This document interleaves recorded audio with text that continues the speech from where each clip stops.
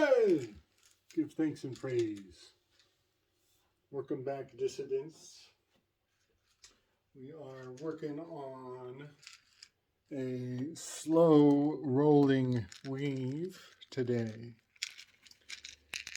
There has been a lot of Plutonian energy has worked its way to the surface in a most profound capacity. And as I gain affluence over the fourth pillar of the quadrivium, I feel that every year I am able to see more of the forest and less of the trees. This year, in February, it's always a very sacred time of year for me, as it is in the sixth sign from my rising in Leo, Cancer, Leo. I have a strong relationship with Brigitte, who I believe is that underworld alchemist of the month of February. She is much like a blacksmith in her own kitchen. She is very powerfully correspondent to the art card, Brigitte, as the rolled up sleeves say a great deal. Art card is Sagittarian. The Empress card is a decent fit, but she is royalty. Her sleeves are not rolled up for the same purpose as Brigitte. The High Priestess is a decent fit for Brigitte. I think the Star card is my favorite depiction of Brigitte. It is in February. With Pluto, number 9, planetary aspect, having penetrated out of Capricorn and permanently residing in Aquarius, I believe it's time for a change. I think that this star card needs to move along with Pluto into the 9 station. This card is number 17, but I think with Pluto graduating into Aquarius, this card is going to require matriculation into its truest nature, into its 9 Plutonian aspect, and it will be that way for somewhere between 20 and 30 years. I've been seeing bleed over, iconographic bleed over from one card to the next. Dr. Doom, his defining story arc is all reflective of this Hermit card to an incredible degree. And in his defining moment where he's defeating his own demon, that demon is actually taken his mother hostage and is holding a small purple splash of color. It is exactly as though the Hermit card has reached over and procured a little seed of this purple star card coloring. I am contemplating a grand reorganizing of the Slick Dissident Tarot as I see the cards have a secondary value that we might garner more practical perspective if we let some of these cards fall into their secondary attributes. And so I'm just going to make the statement now that in the near future, some of these cards are going to go through a peregrination. It's going to be a migration of a transmutation, a transmigration of cards on the Enneagram project. One of which, I think the linchpin maneuver is the need for the star card to move into its attribute as the Pluto, the plater, the tiller, the plow, the plotter, the allotter, the controller, the kybernetes, the steersman. If this becomes Pluto and we move it into its nature of the number 9, slothful, balanced one with a shadow of slothfulness, it will actually be directly in contact with the fortune card, which is also correspondingly purple. You will notice the purple, the heavy dark purple, Murex, Karl Marx was in City of London when he made his manifesto. The Karl Murex Marx of this fortune card, and the just slight step down in the pigmentation to the star card. I have found in Plato's Republic, they are describing how to saturate the soul of their populace so that nobody can ever wash out their belief that the archons of the Republic are beneficent.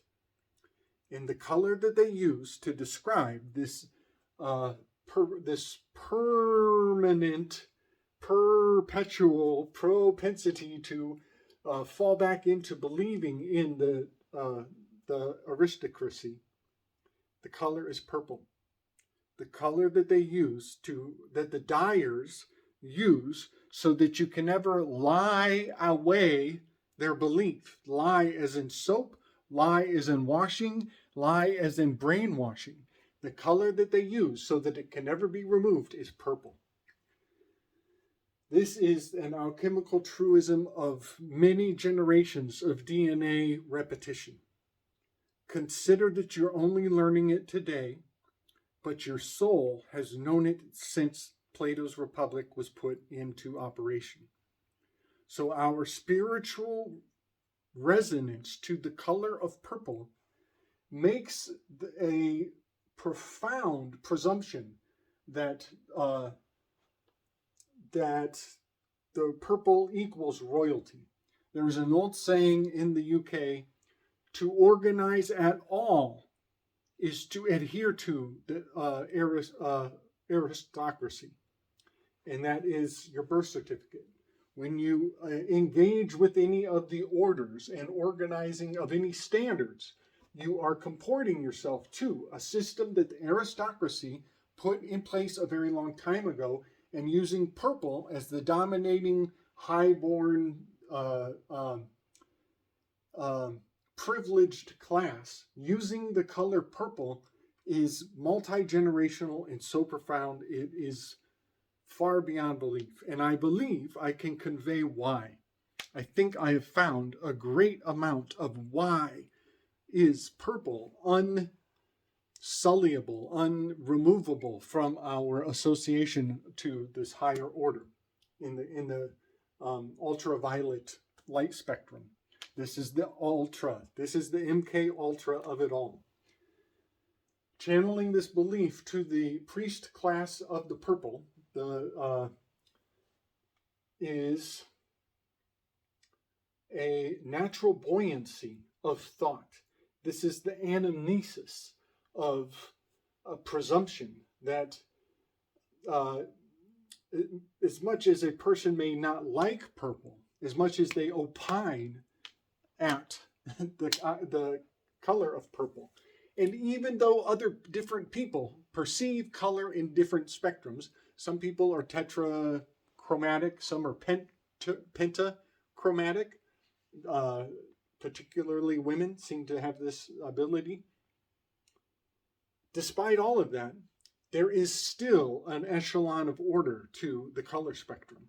And purple has a very unique frequency vibration potentiality.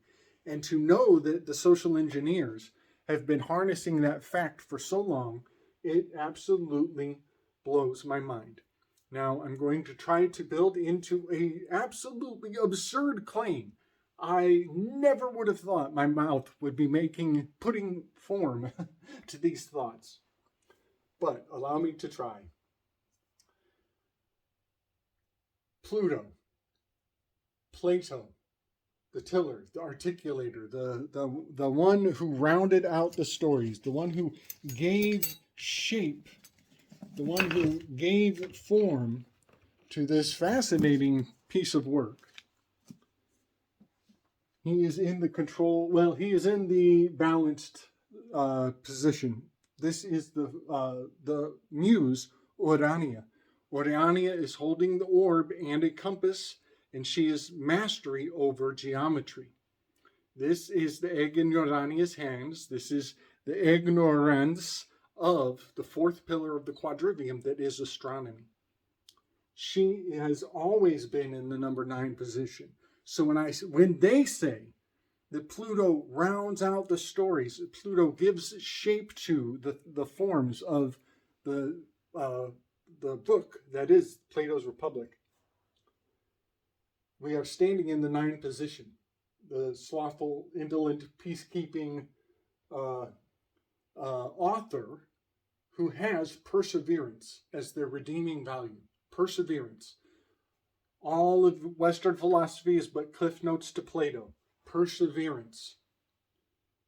This position is also Atlas. Atlas is holding the orb of the heavens, the vault of the heavens, and as well, Plato's name, that is his wrestling name. That's a mantle that he wears so he can go into public and get down. He was an Olympic wrestler before the Olympics. In its form, before it became what we call the Olympics, he was a wrestler, and his stage name is Plato.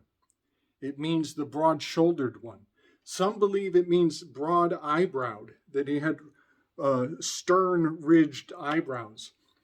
Either way, this is correspondent to the slothful, indolent peacekeeper with the shadow of perseverance, because Atlas is persevering to hold that up, to hold up the vault. Plato is persevering to be the upholding all of philosophy, that everything else is just cliff notes to him. Putting him in this number 9 position is appropriate, it's required, we're compelled to it. This orb, the sacred orb that is upheld by the muse of Urania, it is a dark orb. It is noir. It is dark. This is why you are ignorant. You don't see it. You rinse your mind of its existence.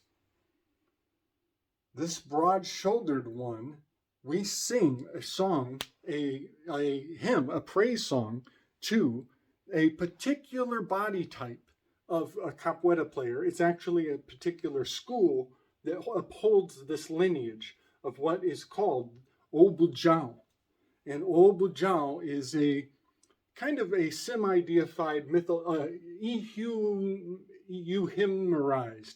He's a euhemerized character who is particularly dark-skinned and very round-bodied, and he can spin in a very dangerous fashion.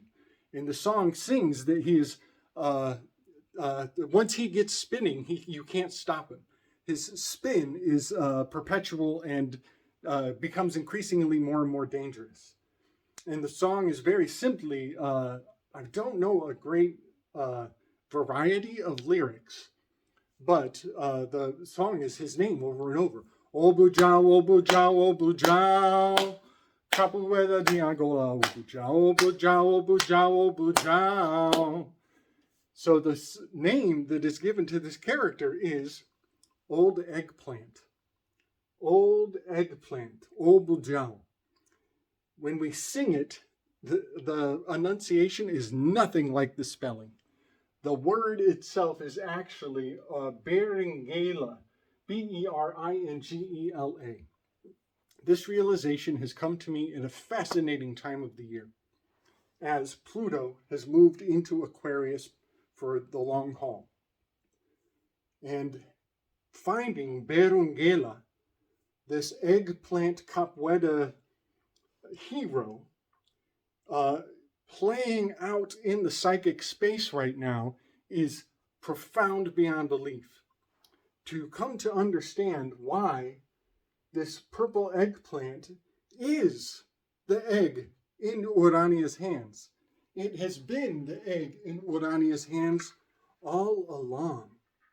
This eggplant is so very fascinating. It is so fascinating. And while I'm perfectly satisfied for it to be in the number 8 controller position, I am fine with Urania holding the egg on in the controller 8 Saturnian time relationship, or in the number 1 position as well, because Polyhymnia also has command over geometry in her repertoire. These top 3 muses, they amalgamate very quickly. But I think it's time that we move the egg into the number 9 seat, because Berengaila is an anagram for Joe Biden. Joe Biden. How is that possible? Because his middle initial is R.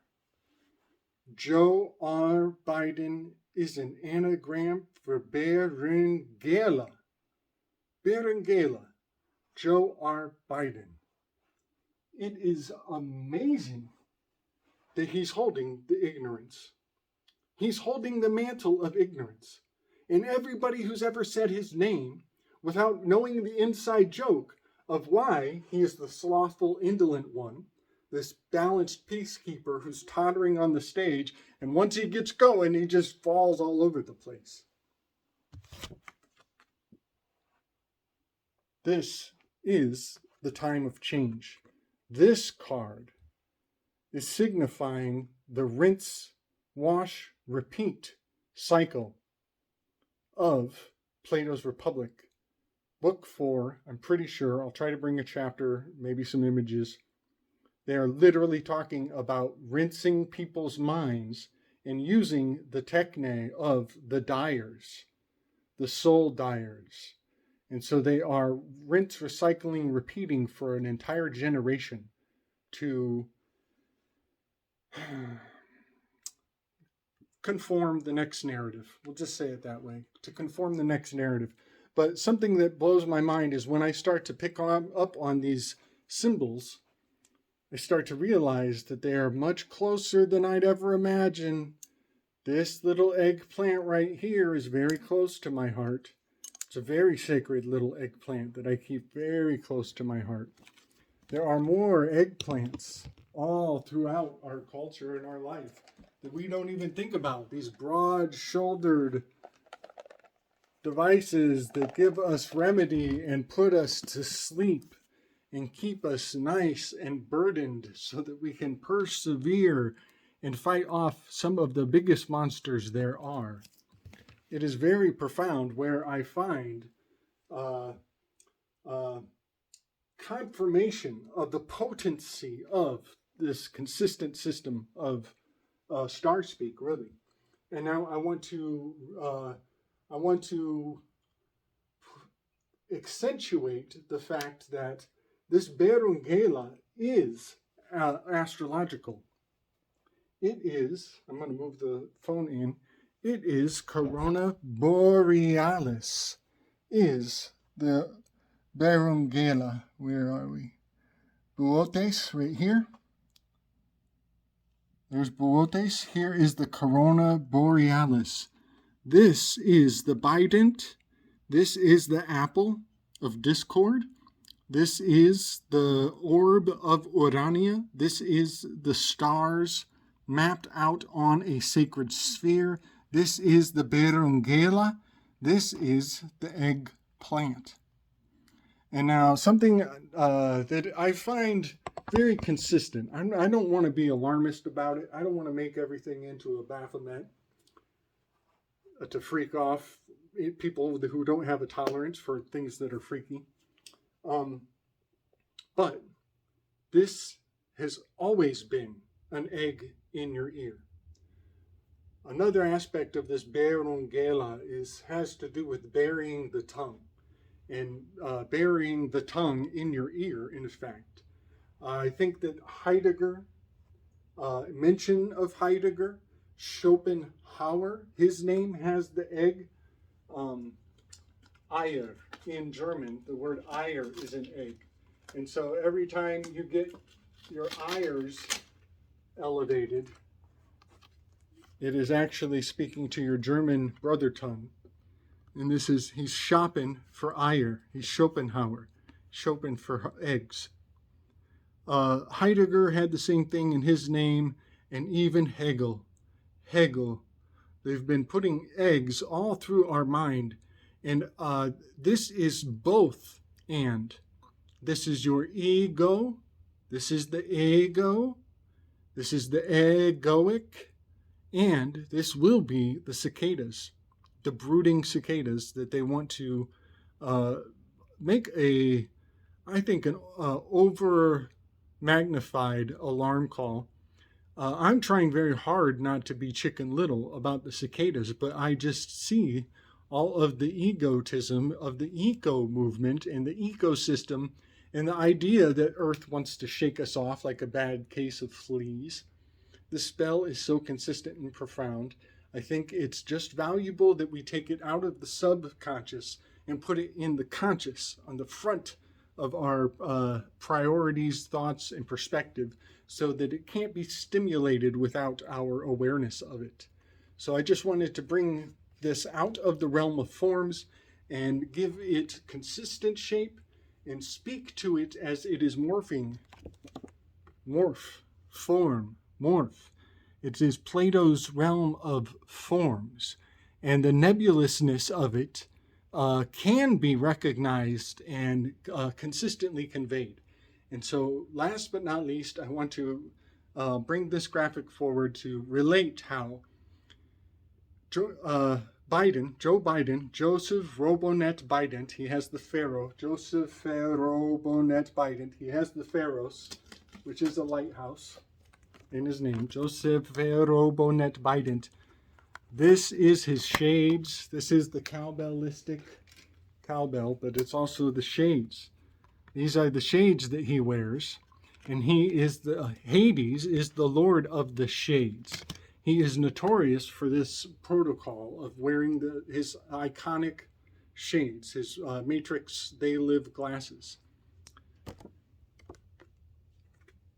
Night shades. The eggplant is a nightshade. The word nightshade is an anagram for Hades things. Hades things are the things of nightmares, but that's not that they're terrible or destructive. It's that they are not resolved. Nightmares are nothing more than unresolved issues. So get in there, do your shadow work, figure it out, y'all. Don't let this stuff pop off like dragon tongue and sneak up on you or give you any foul dreams whatsoever. You know, say your magic incantations, keep your center, and be righteous. Stand in your righteousness. You know, give yourself some credit. They're not going to sneak through any backdoor programming in the language, not on our watch. There will be no eggplants in my tailpipe. All right. Big love and respect, everybody. Have a lovely, lovely continuation of the winter season.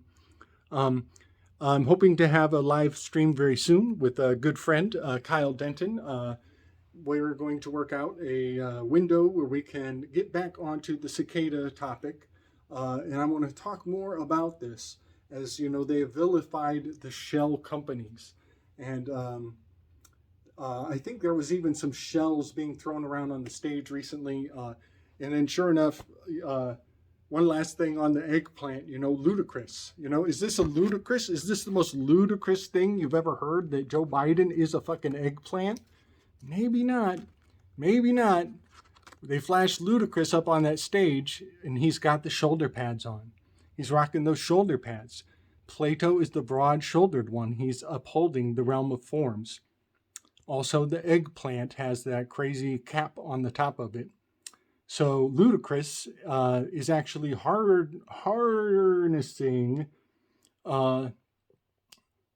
energy, admiration, attention into the mantle that is Joe Biden, the Berengaila, eggplant, Hades, nightshade, symbol, icon, idea. He's the H80s, Hades. He's hiding in your head. This is all shadow play. It's all shadow play. All right, I'm just going to leave on that. Much love and respect, everybody.